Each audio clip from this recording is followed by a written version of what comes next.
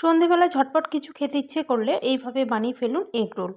3টে ডিম ফাটিয়ে নিয়েছি, তার মধ্যে দিয়ে দিলাম সামান্য পেঁয়াজ কুচি, লঙ্কা কুচি আর সামান্য গাজর কুচি দিয়ে ভালো করে লবণ দিয়ে মিক্স করে নিলাম। এদিকে ময়দাটা মেখে রেখেছিলাম, এবার পাতলা করে রুটির মতো বেলে নিলাম।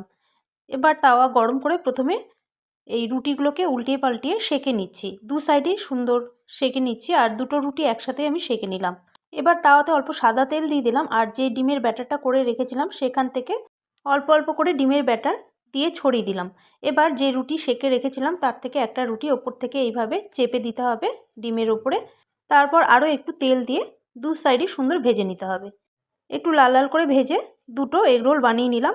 এবার এগরোলের ওপরে টমেটো কেচাপ ভালো করে লাগিয়ে নিয়ে মাঝখান থেকে দিয়ে দিচ্ছি সামান্য গাজর কুচি, শসা কুচি আর পেঁয়াজ কুচি। সামান্য চাট মশলা ওপর থেকে ছড়িয়ে পেপার দিয়ে মুড়িয়ে নিলেই তৈরি আমাদের এই এগরোল।